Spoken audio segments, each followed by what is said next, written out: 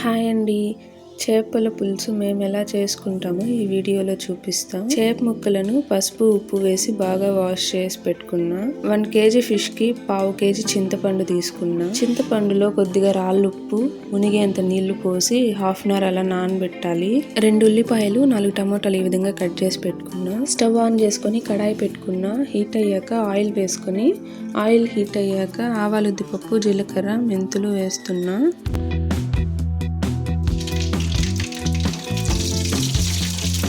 ఇవి ఫ్రై అయ్యాక ఆనియన్స్, 4 పచ్చిమిర్చి వేసి ఫ్రై అవనిస్తున్నా. ఆనియన్స్ బ్రౌన్ కలర్ వచ్చే వరకు వేపుకోవాలండి. రాళ్ళుప్పు వేస్తున్నా ఆనియన్స్ త్వరగా ఫ్రై అయ్యేకి.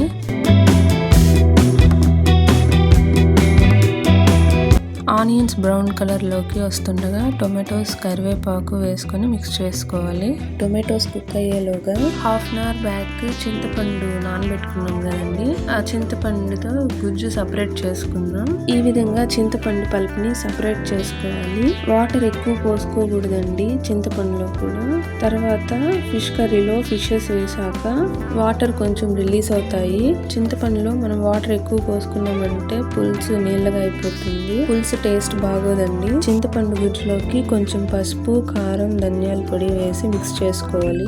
ఈ కన్సిస్టెన్సీలో ఉండాలండి. టొమాటోస్ కుక్ అయింది. ఇప్పుడు అల్లం వెల్లుల్లి పేస్ట్ వేస్తున్నా. అల్లం వెల్లుల్లి పేస్ట్ ముందుగా వేసామంటే అడుగంటేస్తుందండి. అడుగంటకుండా మిక్స్ చేసుకోవాలి. అల్లం వెల్లుల్లి పేస్ట్ హోమ్ మేడే అండి. ఎలా చేసుకోవాలో కావాలంటే కామెంట్లో అడగండి. ఎలా చేసుకోవాలో నేను షేర్ చేస్తాను.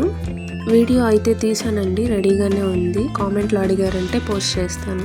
చింతపండు పల్పును వేసుకొని బాగా మిక్స్ చేసుకోవాలి. వాటర్ ఏం వేయట్లేదండి, చింతపండులో యూస్ చేసిన వాటరే సరిపోతాయి. టేస్ట్ చెక్ చేసుకొని సాల్ట్ వేసుకోవాలి. ఆనియన్స్ తో పాటు కొద్దిగా సాల్ట్ వేసాం కదండి, అలానే చింతపండులో కూడా రాక్ సాల్ట్ వేసి నానబెట్టుకున్నాం కదండి, అందుకని సాల్ట్ సరిపోతుందో లేదో చెక్ చేసుకొని వేసుకోవాలండి. సాల్ట్ తక్కువ అనిపించింది, అందుకే నేను కొద్దిగా సాల్ట్ వేసుకుంటున్నాను. అడుగంటకుండా ఒకసారి బాగా మిక్స్ చేసుకొని ప్లేట్ క్లోజ్ చేసేస్తున్నాను. మధ్య మధ్యలో ప్లేట్ ఓపెన్ చేసి మిక్స్ చేసుకుంటూ ఉండాలండి. అడుగంటకుండా చూసుకోవాలి.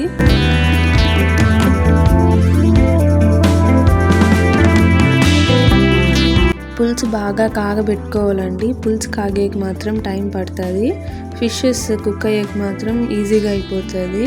ఆవాలు, జీలకర్ర, మెంతులు వేయించి తీసుకున్న పొడి వేసి మిక్స్ చేస్తున్నాను. ఈ పొడి వేసాక ఒకసారి మిక్స్ చేసుకొని పులుసు కాగనీయాలి. పులుసు చిక్కబడుతుందండి. ఈ టైంలో కాస్త జాగ్రత్తగా ఉండాలి, అడుగంటేస్తుందండి. చూసుకుంటూ మిక్స్ చేసుకుంటూ ఉండాలి.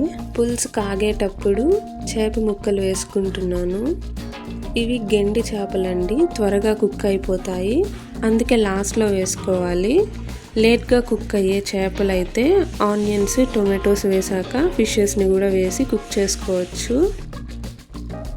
ఈ చేపలను ఎక్కువగా గరిటెతో మిక్స్ చేయకూడదండి. ఒకవేళ మిక్స్ చేసామంటే తునిగిపోతాయి.